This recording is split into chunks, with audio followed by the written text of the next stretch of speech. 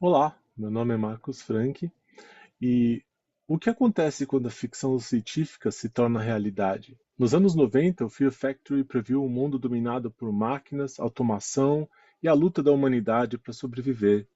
Em 2026, a gente olha em volta e percebe, o Dino Cazares estava certo o tempo todo. Hoje, o papo é com a lenda. Conversei com o mestre dos riffs de precisão cirúrgica, o cara que influenciou não só desde o nu metal até o gent, Dino Cazares. Falamos sobre o impacto do Fear Factory no cenário atual, a chegada do fenômeno Milo Silvestro nos vocais e como a banda se preparou para destruir tudo no palco do Bangers Open Air 2026. Se você acha que o Fear Factory é uma banda do passado, prepare-se para entender porque eles são mais do que nunca o som do nosso presente. Com vocês, Dino Cazares.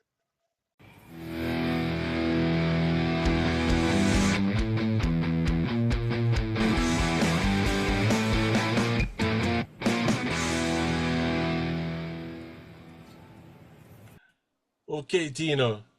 So, uh, you first of all, thank you for doing this interview, and I'm a big Fear Factory fan since the '90s, and I've Demanufacture and Obsolete are like the best albums I've ever heard in my life, and I love these albums. But Fear Factory did go on, and you've always said that Demanufacture and Obsolete passed the test of time. Looking at 2026 with AI and automation becoming part of daily life, do you feel that Fear Factory has transitioned from being science fiction to becoming a documentary of our reality? First of all, thank you for having me on. I totally appreciate that. And yeah, demanufacture and obsolete have definitely standed the test of time. And yes, I believe the stuff that we've been talking about, back in the day in the early '90s, to the whole conception of Fear Factory being, uh, the concept was always about organic life, in battle with organic I'm sorry, with digital. And we've always sang about those concepts, and it definitely has transcended to where we are today. And the thing is that it totally trickles in all this technology, and we saw back in the '90s how this technology was eliminating people's jobs. You know, you had to adapt and you had to change with the times, and it's going to get that way even more and more as AI becomes more powerful.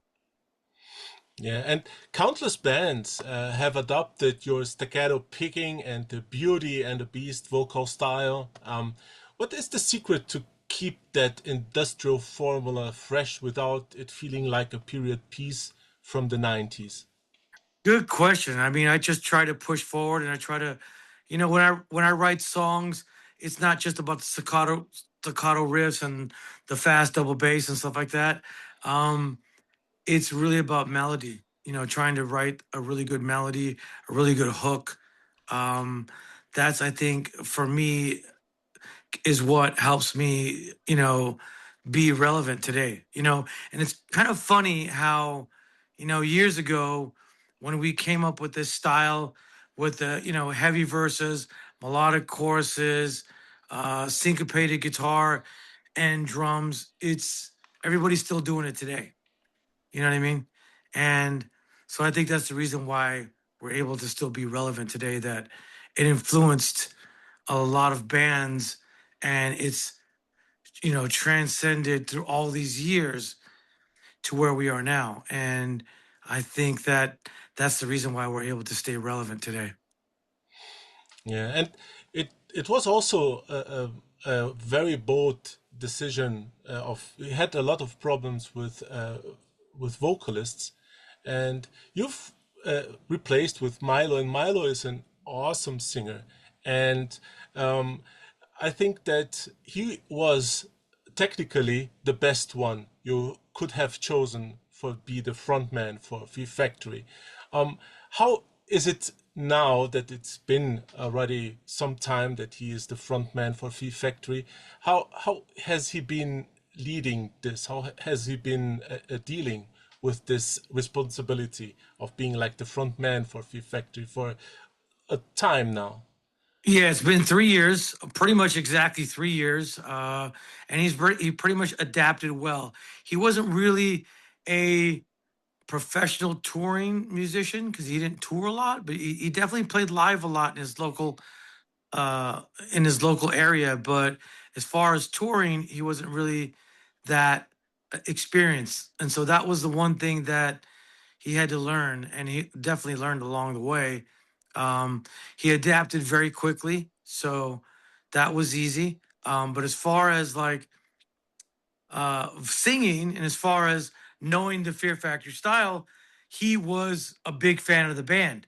So you know, our past singer, he was definitely he was definitely influenced by our past singer. So that's how he learned pretty much how to sing heavy and melodic and do the combination of heavy growls and melodic vocals. So that was pretty easy for him to just jump right in and sing for the band. I mean, when I auditioned him, he sang 15 songs and he didn't have to look at the lyrics. He didn't have to, because I auditioned other singers and they only knew the 3 songs that I told them to sing. And they had to look at their phone and look at the lyrics. Where Milo came in and he sang the 3 songs without having to look at the lyrics at his phone or nothing.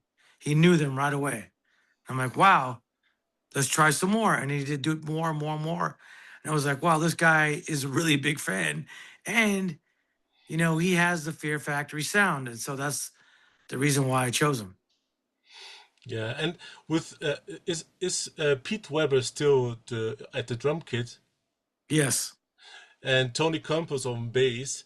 The band feels incredibly tight and technical, I think. How has this specific lineup influenced the way you approach new material in the studio compared to previous years? I try to pick guys that are best for the band. Obviously, they could play the parts. They don't have them. They don't have a problem playing the parts. And Pete is an amazing drummer. He comes from, a more of a thrash background, but he also grew up listening to Fear Factory. I mean, he told me that he saw Fear Factory when he was like 14 or 15 years old. He came to the show in Worcester, Massachusetts. So he's been a fan of the band for a long time. So he's learned a lot of the music, and for him, stepping in on drums was seamless. And Tony Campos, he's been a friend of mine for many years, probably 30 years. And we've been in numerous bands together. We have a band called Assassino. And he was playing in the LA local scene when we first came out, Fear Factory as well. So I've known him for many years and he's a great player. But he has his own band called Static X. So whenever Static X is not touring, he tours with us. He has the door is always open for him. So Tony Campos for me is one of the best bassists that ever existed. yes. I think he's even better than Alex Webster from Cannibal Corpse. I think he's more technical. I dare to say that. I mean, they're both great players in their own ways. So Yeah, but when competing, it's pretty hard because Fear Factory is much faster, I think. Am I right or am I wrong? I don't know. I'm not here to try to compare bass players, but they're both great. They're Yeah, both great. and you guys are coming to Brazil, and you guys are playing Bangers Yeah. 2026, and Yes. you guys and Brazilian fans are known for being some of the most intense in the world. You know it pretty well. You've been here for some times already. What can Yeah. we expect for the set list for Bangers Open Air 2026? Will it be like a deep dive into classics, or will the new era tracks take center Well, stage? Well, we're scheduled to play Demanufacture in its entirety. So Awesome. you're gonna, so the set list is definitely going to be the album. So we're going to add a few more songs. Of course, nothing new, not yet, but Oh, soon. I'm But yeah, I'm super we'll be expecting. playing.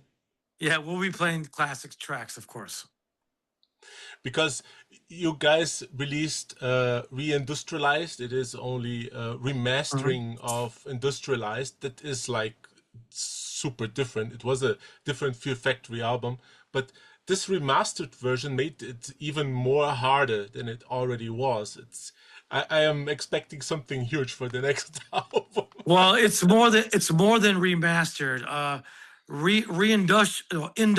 The industrialist was didn't have live drums when it first came out.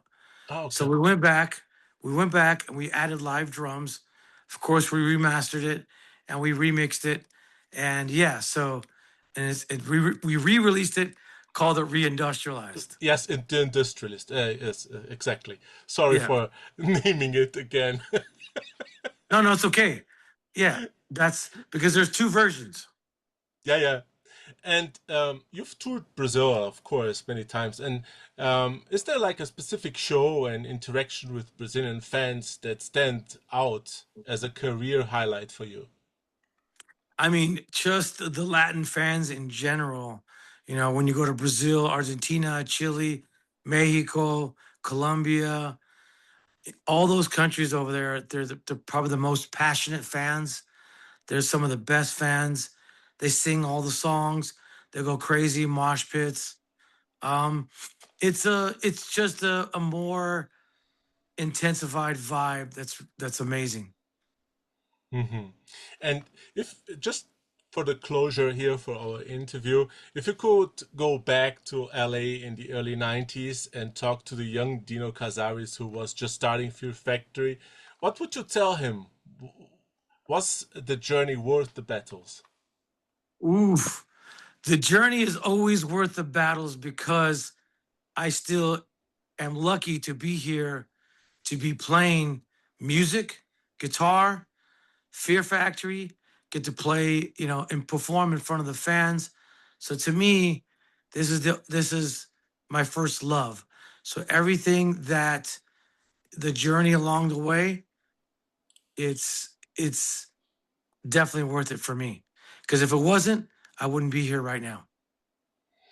Awesome. This is such a great testament for what you do. Thank you so much for your music, Dino. Hope to see you soon on Bangers Open Air. Thank you so Thank you. much. Thank you. Talk to you later. Bye bye. Bye.